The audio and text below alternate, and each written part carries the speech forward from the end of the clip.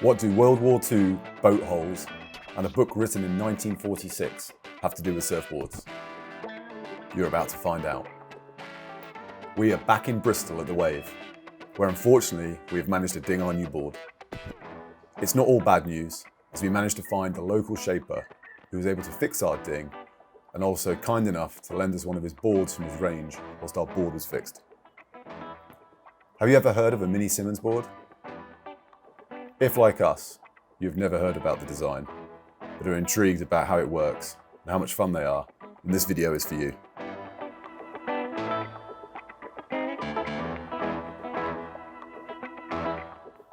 My name is James Davis, and I've been skydiving for over 22 years, competing and jumping all around the world.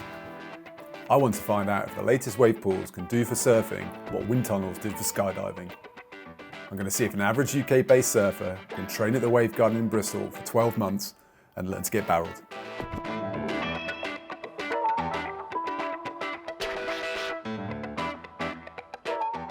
Bob Simmons was a surfer and shaper based in California in the 1940s and 50s. He designed some of the first modern planing holes that a modern-day surfer would see. Urban myths suggest he was seen walking around with this book, Naval Architecture of Planing Holes. There is a good link in the description below from Wave Tribe about the author of the book, Lindsay Lord.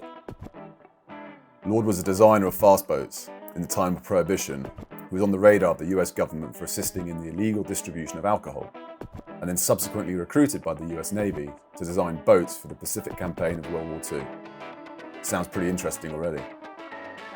For anyone as geeky as us who wanted to see some of the work, there is a link in the description below to direct you to it.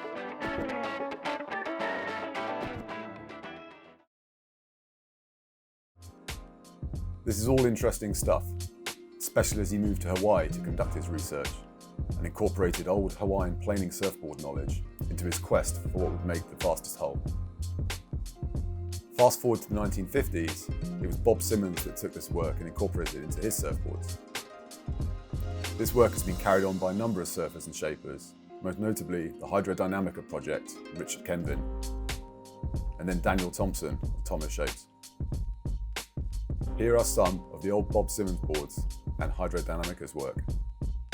By total luck, this guy, Dom DeLayo, an Australian, now resides in Bristol next to the Wave. He's been designing and shaping surfboards for over 20 years. When I dinged my board and brought it to him for repair, he showed me around his space, as well as a range of boards he makes. And that's when we found his spin on the Mini Simmons, the Hobbit foot.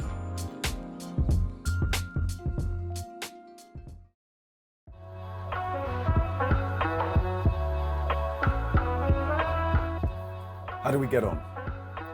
Here are some ways for you to see. What did the board feel like? For us, the one takeaway was it was just so much fun to surf. The speed was the noticeable wow factor. And when you set your feet right and the weight was in the right place, it just took off. That's another one of the unique attributes of the board design, having the weight through the back foot.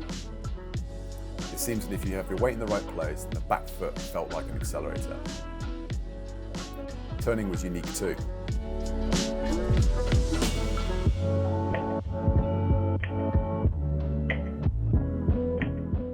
Not that we can do top to bottom surfing, but the board definitely isn't designed for that. If, like us, you were just trying to get to grips with the first steps of making turns, which don't lose your speed, and learn where to be on the wave, then this board is amazing. With all that speed, it feels like you were cornering on rails, and we had a blast on it. From our basic understanding about surfboard designs, flat or low rocker boards with concaves on the bottom, work like hydroplaning holes, tend to generate a lot of speed. It seems this is why so many boards have single concaves on the bottom of the board to help with the acceleration. Boards with lots of rocker are helpful in other ways, like making steep drops, but work like displacement holes and are slower in speed as they have to push or displace the water when they move. Boards with a long and straight rail line seem great for setting rails and longer drawn-out turns. When combined with a planing hull, you have a board that generates lots of speed, tends to track in a straight line, or in simple English, doesn't like to turn so easy. Nothing wrong with that, it's just the inherent nature of the design. Lots of speed, but sometimes a pain to turn. Dom's Hobbit foot acknowledges this, but also has some subtle changes in the tail which help make it more fun to surf. This board was a real surprise. You can find out more about Dom, his boards, and his shaping company, Origin Surf Co, in the description section below. If you're visiting the Wave in Bristol, drop him a line. He has demos for his entire range of mid-lengths, fishes and shortboards.